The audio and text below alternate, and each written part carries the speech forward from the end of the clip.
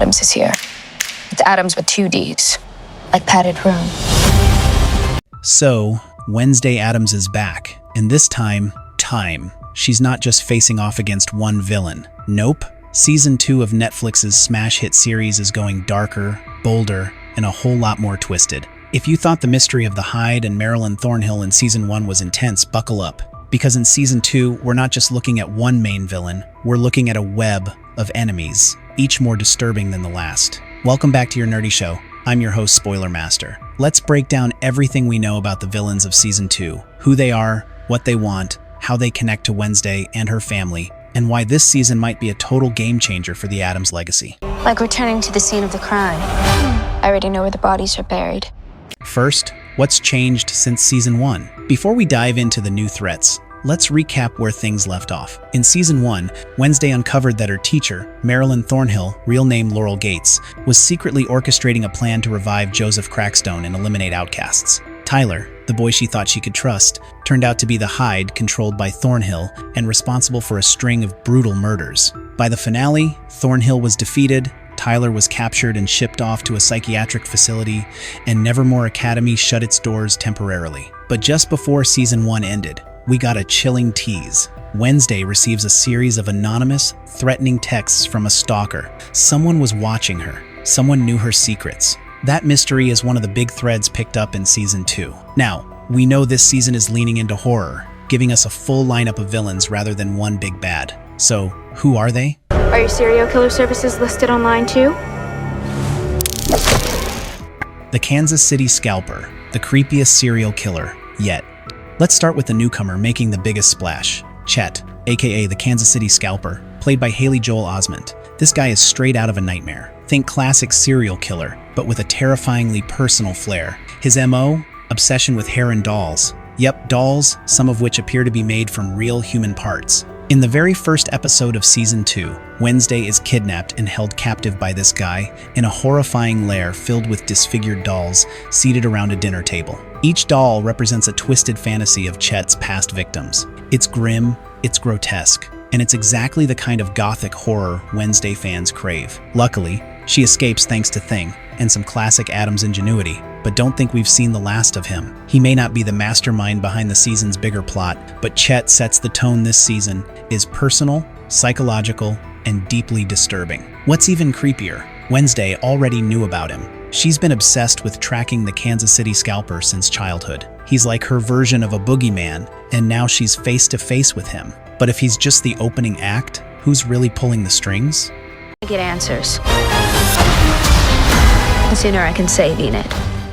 Tyler Galpin returns, and he's out for blood. Let's talk about Tyler. We all remember the shock at the end of Season 1, when Tyler was revealed to be the Hyde. Wednesday trusted him, maybe even liked him, and he betrayed her in the worst way possible. The thing is, he was being manipulated, controlled by Laurel Gates, or so we thought. Now, Tyler is locked up at Willow Hill, a psychiatric facility, but that's not stopping him. Season 2's trailer shows him back in full Hyde form, barreling toward Wednesday at top speed. She doesn't flinch, of course not, but what's clear is this: Tyler is not done. So, what's his deal this time? Well, there are a few theories. Maybe Tyler's out for revenge. Maybe he blames Wednesday for getting locked up. Or maybe he's still being used. Some fans speculate Tyler might become an anti-hero, that he could be forced to team up with Wednesday to fight a bigger threat. But honestly, right now he looks more like a rogue monster than a misunderstood victim. And guess what? He may not be working alone. Let him cherish that notion while I explain my predicament.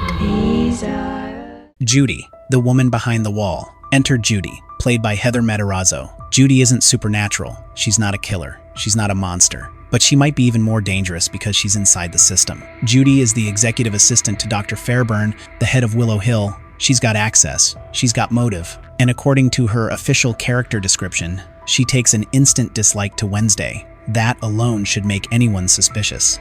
Here's what we know. Judy may be the one who helps Tyler escape. She might be feeding intel to a bigger villain. Or, in a more twisted theory, she could be part of some larger conspiracy inside Willow Hill. Remember, this season is all about control. Dolls, manipulation, and bending people to your will. Judy might not be a villain with claws, but she could be the key enabler for chaos to break loose again. I only signed my name in blood.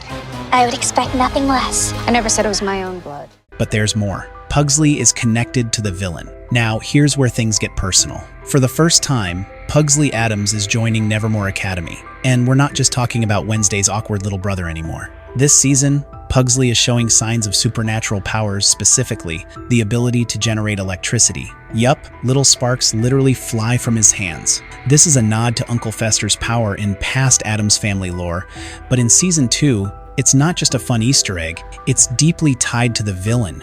Isaac Ordonez, who plays Pugsley, revealed in an interview that something Pugsley does with his powers directly connects him to the new villain. So what could that mean? Maybe the villain wants to use Pugsley's energy to power their twisted experiments. Maybe Pugsley's powers accidentally activate something dark. Or maybe the villain has been watching Pugsley all along, waiting for the right moment to strike. Either way, Wednesday is in a tough spot. She's used to investigating evil. She's not used to protecting someone she loves from becoming a part of it. This also sets up a powerful emotional arc. What if Wednesday sees history repeating itself? She was fooled by Thornhill. Could Pugsley be manipulated the same way? Enid dies and it's all my fault.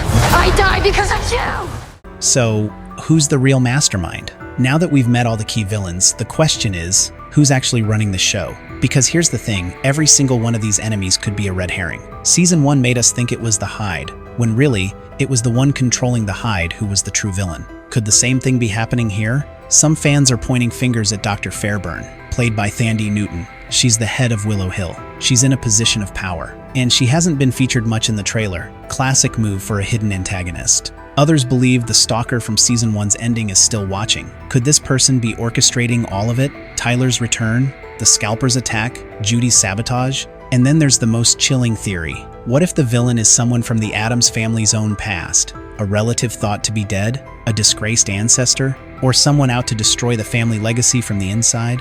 That would explain why the villain is so interested in Pugsley, why Wednesday's being hunted, why everything is so much more personal this time. And secrets can have deadly consequences. Our nerdy thoughts. So, here's the breakdown. The Kansas City Scalper is the season's most immediate threat, violent, grotesque, and symbolic of the horror direction Season 2 is taking. Tyler Galpin, the Hyde, is back and more dangerous than ever, possibly seeking revenge or being manipulated all over again. Judy, the insider at Willow Hill, is pulling strings from behind the scenes, maybe even helping Tyler escape.